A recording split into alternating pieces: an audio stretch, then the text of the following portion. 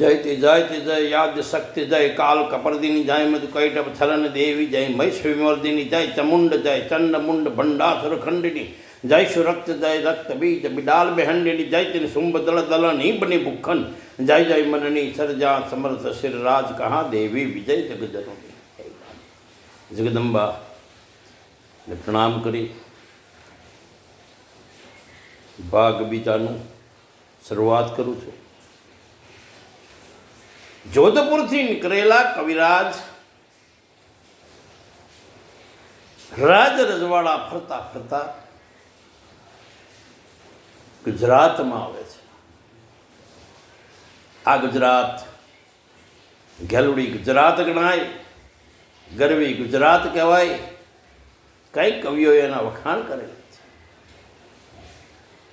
કે જય સોમનાથ જય રામનાથ જય બોલો વિશ્વનાથાતની સ્વર્ણ અક્ષરે લક્ષે કવિઓ યથ ગાતા ગુજરાત કી જય જય ગરવી ગુજરાતની જય જય ગરવી ગુજરાતની.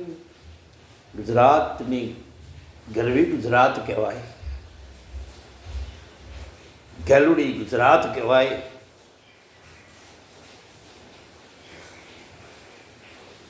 એ માટે તો કવિએ લખેલું છે કે લાંબો છેડો છાયલનો ને ગજરો ભારો બાર લટક મટકતી ચાલ ચાલતી જુઓ ગુર્જરી નાર, જુઓ ભાઈ જુઓ ગુર્જની નાર. એ લાંબો ડગલો મૂછો વાંકડી શિરે પાઘડી રાતે, એ લાંબો ડગલો મૂછો વાંકડી શિરે પાઘડી રાતે. અરે બોલ બોલ તું તોલ તોલ તું છેલ છબીલો ગુજરાતી, ભાઈ છેલ છબીલો ગુજરાતી. મન મોટું ને તન છોટું ને કબીરવંતી જાતી, મન મોટું ને તન છોટું ને ખબીરવંતી જાતી. ભલે લાગતો ભોળો હું તો છેલ છબીલો ગુજરાતી, ભાઈ છેલ છબીલો ગુજરાતી, ભાઈ છેલ છબીલો ગુજરાતી. ગુજરાતના આવા વખાણ થયેલા છે. ગુજરાતમાં મુખ્યત્વે 3 પરગણા પ્રખ્યાત છે. એમાં ચરોતર, કાનમ અને વાકડ. આ કવિરાજ ફરતા ફરતા પાવાગઢ મૂકી, સાબાનેર મૂકીને ત્યાંથી પછી ગુજરાતની અંદર ઉતરી આવ્યા કાનમ પ્રદેશમાં, કાનમ પરગણામાં. અને ફરતા ફરતા કરજણ ગામ, હાલમાં પણ એને કરજણ કહેવાય છે. એ કરજણ ગામથી ગૌ 1.5 ગૌ છેટે મિયા ગામ આવ્યું. ઘણાય મિયા ગામ કરજણ કે કરજણ પાસેનું મિયા ગામ. એ વખતે મિયા ગામમાં પઢિયારોના રાજ દીપસિંહજી ઠાકોર રાજ કરે. હાથ પરગણાનો ધણી છે. ફરતા પંથકમાં જેની નામના છે, જેની કીર્તિ છે, એવો નામ હતો આ દીપસિંહજી મહારાજ. સર્વગુણ સંપન્ન, પણ છતાંય કોક ને કોક તો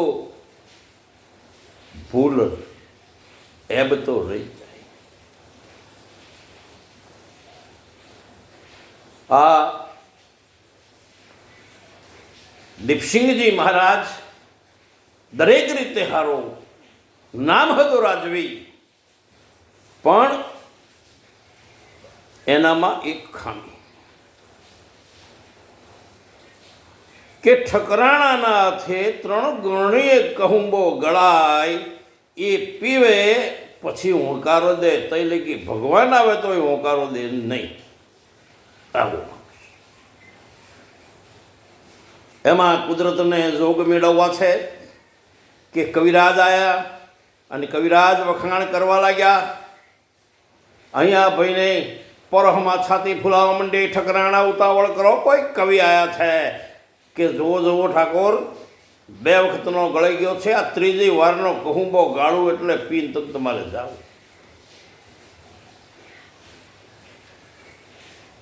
અહીંયા ના હોકારો મળ્યો, ના અવકાર મળ્યો, અને કવિરાજ ખીજાણા કે તું મણિધર મિયા તણો તને કંડીએ ના નાખે કોઈ, દીપો નાગ ડોલાવ્યો કે હંસલી વાદળ. ત્યારે ઠકરાણાનું નામ હંસાદેવી હતું. આ દીપસિંહજી ઠાકુરના કાને જે અવાજ પડ્યો ને આ હાદુહો સાંભળ્યો, એ બીજે માળના ઝરૂખેથી દિલનો ઘા કર્યો. પડતું મીક્યો કે આવો આવો આવો કવિરાજ આવો, હું ખાક તારી પાસે આવે. તું નામ હતું રાજવી, પંથકમાં તારી નામના તારી કીર્તિ, પણ શું થાય? ઘરમાં વાદણ આવેલી છે, એ મુરલી બજાવે ને તું ડોલ્યા કરે છે. ધિકાર છે તને, ધિકાર છે તારી રજપૂતાઈને. અરે રે પણ પાછા વળો કે નહીં? કવિરાજ પાછા વળ્યા નહીં. નીકળી ગયા ત્યાંથી. આ ઢીલા મોઢે પહોંચ્યા ઠકરાણા પાસે. ઠકરાણા આ કવિરાજ હવે જ્યાં જશે ત્યાં આપણા નામની અપકીર્તિ થવાની છે. અત્યાર લગીનું મેળવેલી ઇજ્જત બધી ધૂળધાણી થઈ જશે. તમને કહ્યું તું ઉતાવળ કરો, ઉતાવળ કરો, છતાંય તમે સમજ્યા નહીં. ઠકરાણા કહે છે કે ઠાકોર, મારા કુળમાં એવી કોઈ એબ નથી, છતાંય મારે તમારા પાપે સાંભળવું પડ્યું કે હું વાદળ છું.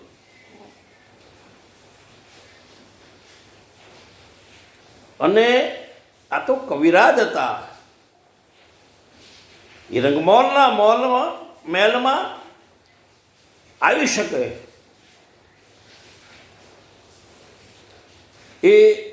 એનો કોઈ મલાજો ના હોય, કારણ કે એમને મન ઠકરાણા છે કે રાણી છે એ બધા બહેન દીકરી મા બરોબર હોય, એટલે એમને રણવાસના મહેલમાં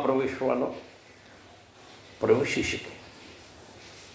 તમને નહોતું દેખાતું કે કવિરાજને હું અહીં બોલાવી લઉં, જોડે જોડે કહું બોપીએ, રે મારી મતે બેર મારી ગઈ ઠકરાણા, હું કરું હવે?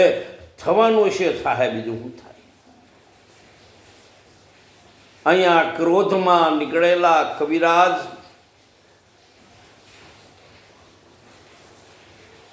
પૂછપરછ કરતા કરતા મિયા ગામની નજીકમાં માતર ગામ આવ્યું, જેને મિયા માતર તરીકે પણ ઓળખાય. આ માતરમાં આવ્યા. ધોમ ધખત છે, ઉનાળાનો તાપ છે. મુઠ્ઠી જુવાર નાખી હોય તો ધાણી ફૂટે એવી ગરમી છે. પગેથી માથે ને માથેથી પગે રેલા જાય. અને કવિરાજ બોલે મથે ઘોડીએથી એઠા ઉતરી વડલાના ઝાડ નીચે ઊભા છે. કુદરતને કરવું છે કે આ નગરનો રાજવી માધવસિંહ ચૌહાણનો દીકરો હિંમતસિંહ ચૌહાણ બપોરના સમયે કળશીઓ લઈને બહાર જવા માટે નીકળેલો. અહીં ચૌહાણોના રાજ હતા. 15 ગામડીનો ધણી હતો. આ માધવસિંહ ચૌહાણનો દીકરો હિંમતસિંહ ચૌહાણ પણ નામ હતો રાજવી કહેવાતો. ફરતા પંથકમાં એની પણ નામના, એની કીર્તિ ગવાતી. એ બરોબર ઝાડની વડલાના ઝાડ હેઠળ બે ભેગા થયા. પરદેશી લાગો છો? કે હા. કવિરાજ લાગો છો? આ હિંમતસિંહ પૂછે છે કે હા ભાઈ, કવિ મુવા છે, બોલો ને શું છે તમારે? અરે કેમ કવિરાજ તમે આટલા બધા ક્રોધમાં બોલો છો? શું બન્યું? અરે રે ભાઈ, હું વાત કરવી. આ ભાળતા નથી. આ ધોમ ધગત, આ સૂરજ દાદો કેટલો તાપ મૂકેલો છે. પગના રેલા માથેથી પગે જતા રહે. આવી ગરમીમાં મુસાફરી કરીને આવ્યો ભલા માણસના ઝાડવા હેઠળ 2 ઘડી વિહામો ખાવા ઊભો રહ્યો. તા તમે આ બધું પૂછપૂછ કરે. ભાઈ કે અશી અમારી ભૂલ થઈ ગઈ, પણ મને કવિરાજ લાગવો છે કે હા હું કવિરાજ છું. બરોબર કે ભાઈ એક વાત પૂછવી, તમે આ નગરના છો? કે હા હું આ નગરનો જ છું. તો આ નગરમાં રાજ કોણ કરે છે? તાકે માધવસિંહ ચૌહાણનો દીકરો હિંમતસિંહ ચૌહાણ રાજ કરે છે. પછી એ સિંહ છે કે શિયાળ છે? માધવસિંહ આ હિંમતસિંહ મુજાણા ખારું. હવે આપણે સિંહ કહેવું કે શિયાળ કહેવું? કયા અર્થમાં પૂછ્યું છે, કયા અર્થમાં નહીં, આપણને કંઈ ખબર પડે. એટલે હિંમતસિંહે 2 હાથ જોડીને કીધું, કવિરાજ, માણસને સારવાની કામ તમારા છે. માણસ કેવો છે કેવો નહીં એ તમે ઓળખી શકો, અમારા જીવનનું કંઈ ગજું થોડું. વાત તમારી પાકી સાચી. હવે એક કામ કરશો કે હું કે મને ઠાકોરની ડેરી બતાવો, હિંમતસિંહ ઠાકોરની. હા બતાવું કે થોડે લગી જોડાઈ ગયા. દૂરથી ડેલો બતાવ્યો કે જો ઓલી દેખાય ને એ ઠાકોર સાહેબની ડેલી છે. હા કેમ નહીં? આવું ઠેક સુધી જોડાય કે ના ના ના ના ના તમે તમારે જાઓ તમારા કામે, અને હું જાઉં છું. બીજા રસ્તે થઈને હિંમતસિંહ મહેલમાં આવ્યા. આવીને વાત કરી નોકરોને કે ધગધગતા એક કવિરાજ આવી રહેલા છે, એની યોગ્ય કાળજી, એની સાર સંભાળ, એની સેવા કરજો. સહેજ પણ ફરિયાદ આવી તો ધડ પર મસ્તક નહીં રહેવા દો. મહારાજ કોઈ ભૂલ નહીં થાય. આપણે તો ઘણા કવિઓ આવે છે, દરેકની આપણે સેવા કરીએ ને દરેકને સારી રીતે રાખીએ છીએ. એમાં તમે તમારે મૂંઝાવાનું નહીં, તમે તમારે જાઓ કે હું જાઉં છું. હો કા ત્યાં ડેલી ખકડિયા પાછલા રસ્તેથી પાછા વયા ગયા. ડેલી ખોલી. માણસ સમજવું હોય તો સારું, અણસમજવું હોય તોય સારું, પણ વસગાળા ન હોય એ નહીં સારું. કાં ડયો સારો કાં ગાંડો સારો, પણ વસગાળાનો નહીં સારો. કારણ કે ડાયો હોય અને ગાંડો એની વચ્ચેનો જે કહેવાય એ દોડ ડાયો. પગ બગાડે એટલે આ પગ બગડ્યો, હાથ બગાડે, ઊંઘવા જાય તે મોઢું બગાડે. એ દોઢ ડયું 3 જગ્યાએ ખેડાય. એમાં આ એક દોઢ ડયો સાકર હતો, એમનો ડેરી ખોલી. પધારો પધારો કવિરાજ. કવિરાજની આંખો ફાટી, તારી ભલી થાય. આ નગરમાં બધા આટલા બધા બુદ્ધિશાળી માણસો છે. પેલા ભાઈને પૂછું એ મને કળી ગયા કે આ કવિરાજ છે, અને એને જવાબ પણ કેટલો બુદ્ધિથી આપ્યો. અહીં ડેલી ખોલી તો એમના સાકર એમ કે આવો કવિરાજ. તો એમને કઈથી ખબર પડે કે હું કવિરાજ છું? ઘોડીને યોગ્ય જગ્યાએ બાંધી દઈ અને નીણ કર્યું. કવિરાજ કે તમને કેવી રીતે ખબર પડી કે મહારાજ કવિરાજ એક વાત કરું કે હા કે અમે રહ્યા મહારાજના સાકર. અહીંયા કવિઓ આવે, કવિઓનો સત્સંગ થાય. હવે તમે વિચાર કરો કે ગાયના ભેગું ગધાડું વાંધ્યું હોય તો ગાય ભૂંકે નહીં, પણ લાત મારતા શીખે કે ના શીખે? શીખે. આ એ રીતે અમે તમારા જેવા કવિઓના સત્સંગમાં રહી અને અમારા થોડી ઘણી ભગવાને બુદ્ધિ મૂકી, એટલે મેં આશરે કીધું કે ભાઈ તમે કવિરાજ જેવા લાખો છો. ઠીક ઠીક, કંઈ વાંધો નહીં. મારું બેટું આ રાજ નચા કરે એટલા યાર કહેવું પડે. કવિરાજ તરત પાણી આવ્યું, હાથ પગ ધોયા, સાફ સૂફ થયા, પલંગ પાથરી દીધેલો. કવિરાજને કે બેહો. કવિરાજ બેઠા, તરત તૈયાર, હોકો કરીને આપ્યો. કવિરાજ હોકો પીવા માંડ્યા. કવિરાજ હાલો રોઢો કરવા. અરે આ ભાઈ અત્યારે કે નહીં નહીં નહીં નહીં હાલો હાલો, અહીં બધી જ તૈયારી છે કે પણ તમને ખબર છે હું આવવાનો છું કે એમ નહીં, અમારે ટાઈમે કટાઈમે કોઈક મહેમાન આવી જાય, કોઈ કવિ આવી જાય એટલે અમારી એવી બધી તૈયારી હોય. ઠીક. એક નોકર વીંજણો વીજે છે, એક પીરસે છે. આ રોંઢા કર્યા, પાછા પલંગે આવીને બેઠા, હોકો પીવે છે શાંતિથી. બહુ દિવસનો થાકડો હતો, ઠરીને બેઠેલા ને અહીંયા કવિરાજ. પણ અહીંયા હોકો પીતા પીતા કવિની આંખ મીચાણી. આ હોકો પીવે છે હુતા હુતા, એક ચાકર તમારે પગ દબાવે છે, પગ જંપી કરે છે, અને બીજો તમારે વીંજણો નાખે છે સતત. કવિરાજની આંખ મળી ગઈ તો કવિરાજ 5 વાગે બેઠા થયા. મોઢું સાફ કર્યું, હાથ પગ ધોયા, મોઢું સાફ કર્યું, વળી પાછો તાજો હોકો ભરી દીધો. કવિરાજ માથે પાઘડી નથી, કેમ આમ? કે ભાઈ મારે નીમ છે. ઠીક, પણ કહુંબો તો લો. કવિએ કહુંબો લે. અરે ભાઈ વાત સાચી, પણ મારે નીમ છે. આ રીતે ચાલ્યું. હાંજના મોડા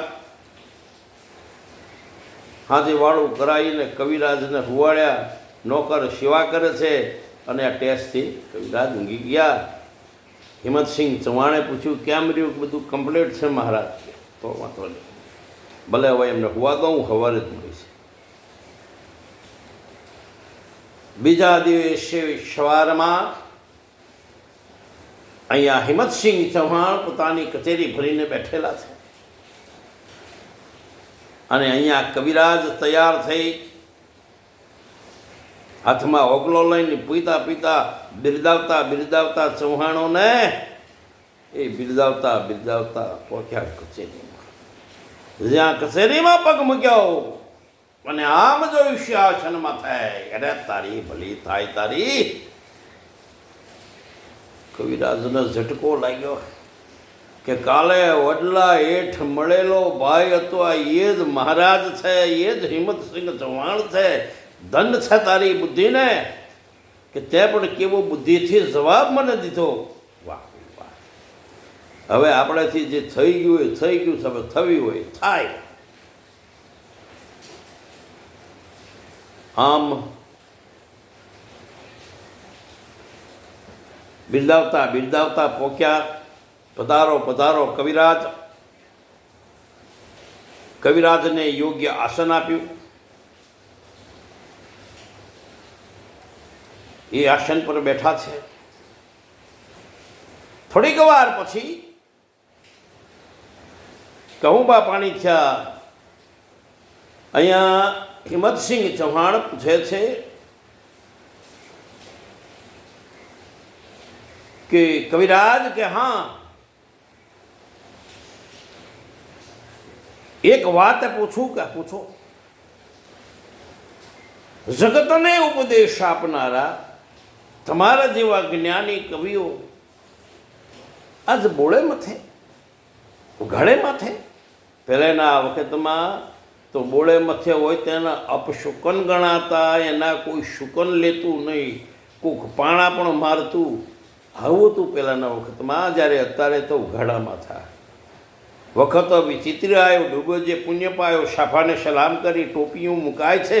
ટોપીઓના ટોળા થયા, માથા તો ઉઘાડા રહ્યા, ધોતીને ધોતિંગમાં પેન્ટ બુશર્ટો પહેરાય છે. બારોટ આશીષમાં ગઈ કૃષ્ણને પાય લાગી, ભારત ભૂમિના તો કલંક ગણાય છે. તો ભાઈ બોડે મથે કે ભાઈ મારે નીમ છે, પણ કહુંબો તો લો કે કહુંબાનો પણ નીમ છે. કેવું તો કેવું નિયમ છે કે ભાઈ નિયમ છે મારું. ઠીક. તો કવિરાજ, તમારો નિયમ જાઓ મારે પાળવાનો. પાળું તો તું માથે પાઘડી બાંધું ને કહું બોઈ લઉં તો જાઓ મારે તમારો નિયમ પાળવાનો. કેમ નહીં? તો ઠકરાણાની મેળીએ જાઓ ને ત્યાં પૂછો, એમને પૂછીને આવો પછી નિયમમાં બંધાવો, એ પહેલાં નહીં. અરે ભાઈ, પણ ઠકરાણાને હું પૂછવાનું? કરવાનું જે કંઈ હોય મારે કરવાનું હોય, ઠકરાણાને હું નહીં છતાંય પૂછી આવો. અરે ભાઈ, પણ એમાં કંઈ પૂછવાનું ના હોય. અમે જે નક્કી કરીએ ઠકરાણાને મંજૂર જ હોય કે નહીં તોય જાઓ. ન છૂટકે હિંમતસિંહ ચૌહાણ ઠકરાણાના મેલે પહોંચ્યા. ફનાના ઈંડોળા ખાટ પર ઠકરાણા બેઠેલા ઝૂલે છે, પણ જ્યાં હિંમતસિંહને ભાળે એટલે ફટ દઈને ઠા ઉતરી ગયા. ઠાકોર, કચેરી છોડીને કેમ આવવું પડ્યું? કે એક બનાવ એવો બનેલો છે. ઠકરાણા એક કવિરાજ આવેલા છે અને કવિરાજ બોળે મથે છે. પછી કહું બોલેતા નથી. આપણે કહીએ છીએ કે મારે નિયમ છે. મેં કીધું તમારું નિયમ પાડે તો કે તો હું માથે પાઘડી બાંધું ને કહું બોઈ લઉં. તો મેં તો કીધું ભાઈ તમારું નિયમ પાડીશ, પણ છતાંય કવિરાજની એવી ઈચ્છા છે કે ઠકરાણાને પૂછીને આવો પછી વાત. અરે ઠાકોર, આટલા વરહો તમે ક્યાં નાખ્યા? હે, આટલા વરહો ક્યાં નાખ્યા તમે? અરે એ તો ચતુર આદમી ગણાય.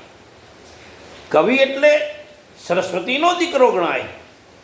એની પાતળી જીભે અને તમારા ડગલા જ્યાં માંડોતા એને ખબર પડે કે આમાં કેટલો કહ છે. રે ભારે કરી તમે. પણ મને પરાણે મોકલે, હું શું કરું? મેં 3 વાર કીધું છતાંય મને કે ના જાઓ. એટલે હું આવ્યો. તો ઠીક, સાંભળી લો. કવિરાજ છે એ આપણી ધન દોલત લેવાના આવ્યો હોય, પણ છતાંય એ આપણી પાસે ધન દોલત માગે તો આપણા ખજાનામાંથી આપી દેવાની, કાલ બીજી આવશે. બરોબર? એથી આગળ વધે તો આપણું રાજ માગી લે. તો આપણે કઈ અમર પટ્ટો લખાઈને આવેલા છે, કાયમ જીવવાના છે, આપી દેવાનું રાજ કે બધું. અને એથી આગળ વધી જાય તો માથું માગે. હે, માથું માગે. એ સિવાય માગી નહીં, માગે હું એ. અને માથાનું દાનની વાત, માથું માગે તો તમારે કહી દેવાનું કે પાછળ વાહે ઠકરાણા સતી થશે. હે કે આ કહી ઠીક. ઠકરાણા, આજ તમે મને જીવતો કરી દીધો. હે કે આજ તમે મને જીવતો કરી દીધો. ધન છે તમારા માતા પિતાને, અને ધન છે તમારી આવડતને, તમારા સંસ્કાર. આ એઠી આવ્યા. કવિરાજ કે કેવું થયું? કે ઠપકો ખાવા મોકલે તો નમથમ થો. તમને ના પાડી કે ભાઈ અમે જે કરીએ એ બધું કમ્પ્લીટ પાકું જ હોય, એમાં કોઈ ઠકરાણા કાંઈ કે નહીં, બરાબર છે, તમે જે નક્કી કર્યું જ બરાબર છે. પણ છતાંય તમે માને નહીં. મારે ના છૂટકે જવું પડ્યું ને ઠપકો સાંભળવો પડ્યો. ઠકરાણા કે તમારે જે અહીં અવાય જ નહીં આવું બધું પૂછવા, કારણ કે તમે જે નક્કી કરો એ અમને મંજૂર હોય. અમે તમારા અર્ધાંગના છીએ, તમારે પગલે પગલે ચાલનારા છે, તમારે પડછાએ અમે હાલનારા છીએ. અને તમે જે કીધું કે નિયમ પાડવાનો તો આપણે પાડી દેવાનો. બીજું હા, કે નિયમ પાડવાનો પાકો કે એકદમ પાકી. એ ત્યાર પછી કવિરાજને માથે પાઘડી બંધાઈ અને કહુંબો પાયો. હવે કવિરાજનું કાર્ય તો પત્યું હોય. પછી કંઈ એ કહેતા નથી કે મારે આવો નિયમ છે. મહારાજને રાતે આ ઠાકોરને હાજે ઊંઘ ના આવે, ખારું કેવું તે ક્યું નિયમ છે. હવે આ કવિરાજ કાંઈ કહેતા નથી, મગના મરી પાડતા નથી, હવે મારે કરવું હું? ન રહેવાયું. બીજા દિવસે કીધું કે કવિરાજ કે હા ભલામણ તમારો નિયમ પાડવા અમે તૈયાર થયા, પણ હવે તમારો નિયમ તો કયો કે કયો નિયમ છે? હા, એ વાત સાચી. તો હિંમતસિંહ ચૌહાણ, મારે ધન દોલતની કોઈ જરૂરત નથી. માતાજી ઘણું આપ્યું છે, ધન દોલતની કોઈ જરૂર નહીં. નહીં કે તમારા રજવાડાની. માતાજીની દયા છે, હું રજવાડું લઈને કરું હું, એમ કે મારું કામ થોડું છે, એ તમારા જખાનું કામ. તો તમારું ધન દોલત ન જોઈએ, તમારું રજવાડું ન જોઈએ, મારે જોઈએ તમારું માથું. બોલો, આપી શકશો?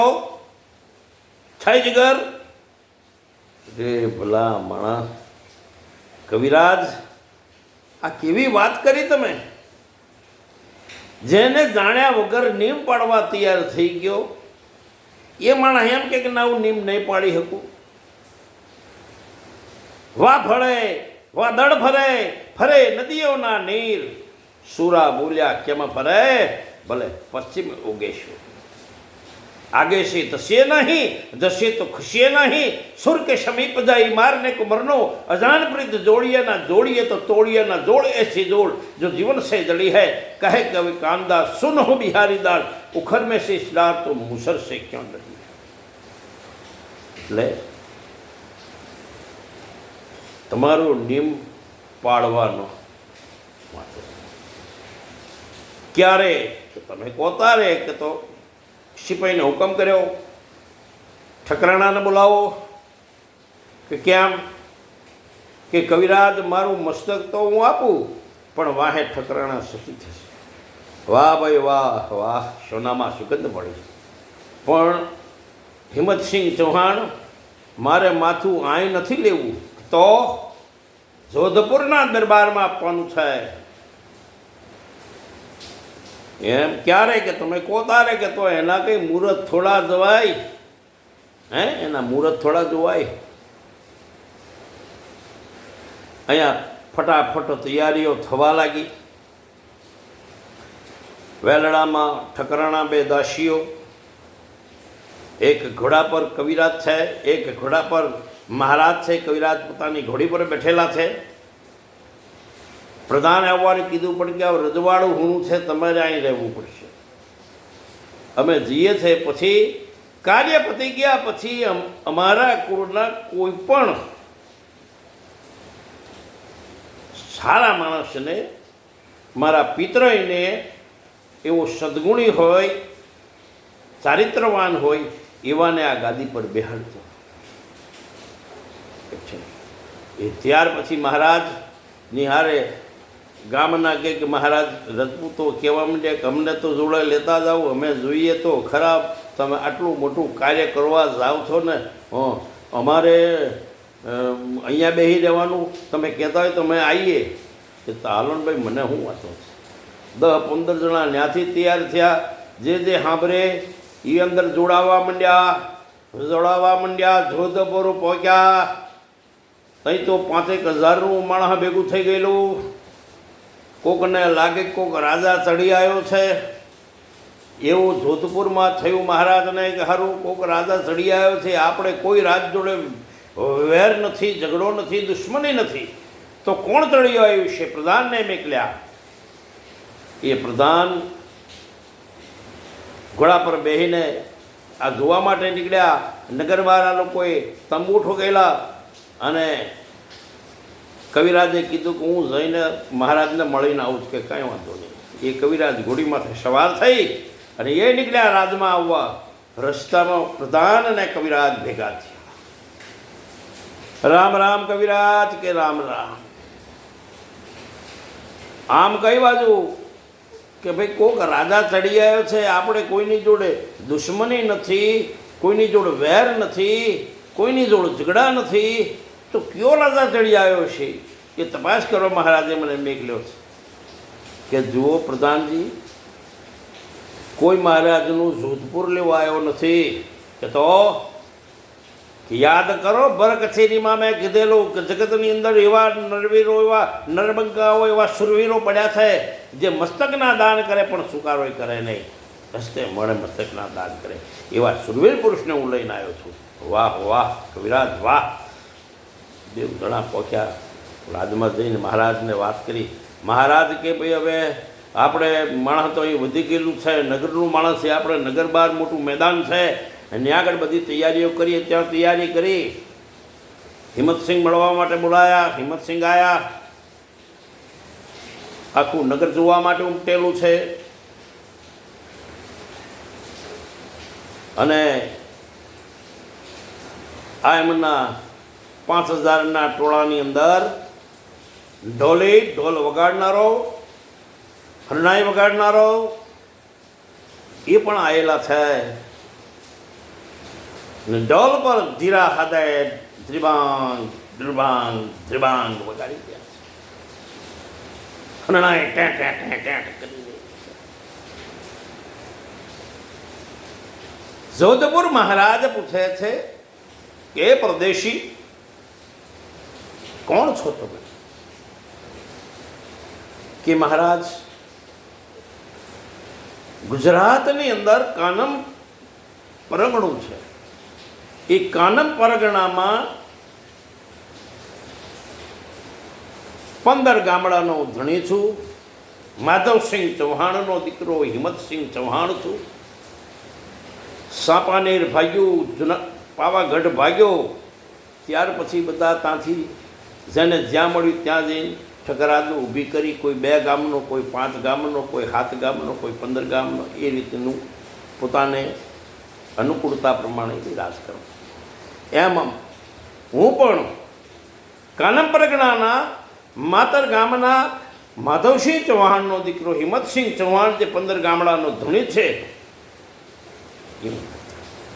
ઠીક, તો તમે મસ્તકનું દાન દેવા આવ્યા છો ને? કે હા. હાથો હાથ લઈશો? હા. કે હસવાની વાત ન હોય.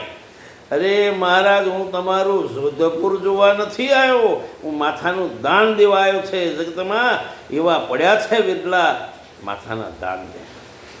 મહારાજ, મારું મસ્તક આપીશ પણ સુકારો નહીં કરું, હસ્તે મોડે મસ્તકના દાન કરી. શાબાશ, કે તમે હુકમ કરો એટલી વાર. અને વાહે ઠકરાણા સતી થશે. વાહ ભાઈ વાહ. જ્યારથી નીકળ્યા ત્યારના ઠકરાણા એક જ જાપ જપે છે, જય અંબે, જય જગદંબે, જય અંબે, જય જગદંબે, જય અંબે, જય જગદંબે, જય અંબે, જય જગદંબે. આમ જાપ જપે છે. અને જ્યાં મહારાજે ઈશારો કર્યો, ઘંટ વગાડ્યો, ત્યાં ઢોલીના પર ઢમાંગ ધ્રબાંગ ધ્રિબાંગ ધ્રિબાંગ ધ્રિબાંગ. કે સિંધુ રાગ સોહામણા શુર મનોહર ખનમાય, પણ માથા પડે ને ધડ લડે, અરે એના વધામણા વૈકુંઠમાં થાય. જ્યાં કવિએ સિંધુડો રાગ ઉપાડ્યો છે. હરણાઈ ત્યાં ત્યાં ત્યાં ત્યાં ત્યાં કરી તીખી વાગી રહેલી છે. મળું પડ્યું હોય તો એ બેઠું થઈ જાય. તો અહીંયા ઢોલ બરાબર વાગી રહે છે. ઢોલના દાંડે દાંડે અહીંયા હિંમતસિંહ ચૌહાણને પુરાતન વ્યાપી રહ્યું છે.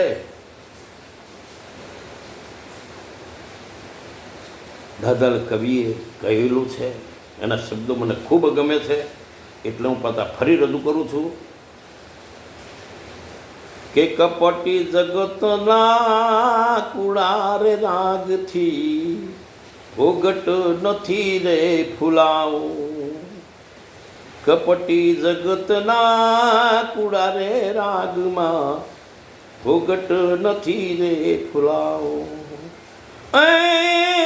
શુરા શહીદોની સંગાથમાં મારે ખાંભિયું થઈને ખોડાવું રે ઘડવૈયા મારે ઠાકોરજી નથી થાઉં ઘડવૈયા મારે ઠાકોરજી નથી થાઉં ભગવાન થવાની અબળખા નથી તમારે કોઈ અમે રાજપૂત યુદ્ધમાં લડતા લડતા કા મારો જાન જાય ભલે મારા પાળિયા ઉભા હોય ને એને તિલ ને સિંદૂર ચડે એ મને મંજૂર છે કે પણ જ્યાં સુધી પાળિયા છે ત્યાં લગી અમે અમર છે અમારા કાર્યો અમર છે અમારો ઇતિહાસ અમર છે તો અહીંયા બરાબર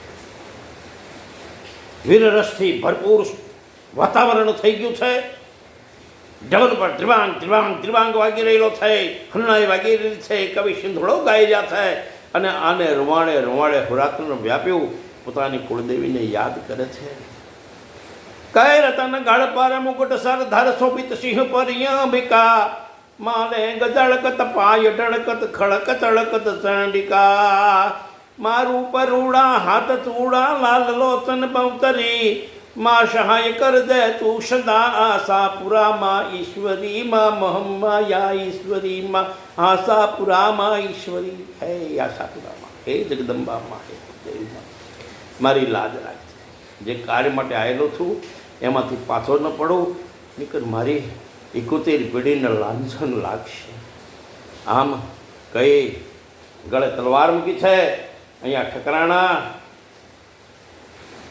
ને બૂમો પાડતા ઠકરાના થાળ લઈને આવેલા છે સોનાનો એમાં તલવાર છે શિરોઈ મ્યાનમાંથી બહાર કાઢી પોતે ઘરે મૂકી અને જાય જગદંબા કરીને મારવા જાય છે ત્યાં જોધપુર નરેશિયાસન પરથી ઠેકડો મારી અને હિંમતસિંહનો હાથ થોભી લે છે બાસ બાસ બાસ ભાઈ બાસ બાસ મને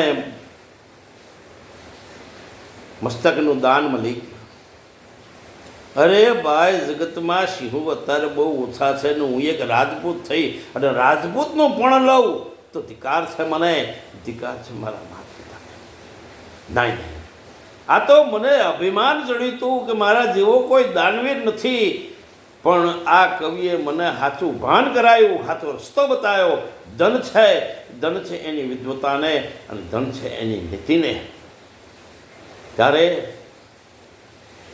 કવિએ તે વખતે એક દોહરો મૂક્યો કે માતર સરોવર માન તે કીધું પિથલ તણા મળે થટ મહેમાન હંસ તણી પર હેમતા હે હિંમતસિંહ ચૌહાણ માતરને તે માન સરોવર બનાવી દીધું કારણ કે તું જો ન હોત અને આ રીતે તું મસ્તક આપવા આવ્યો ન હોત તો માતરને કોઈ ઓળખત નહીં કાનમને કોઈ ઓળખત નહીં ધન છે તારી શૂરવીરતાને ધન છે તારા રજપૂતાઈપણાને એના ધર્મને ધન છે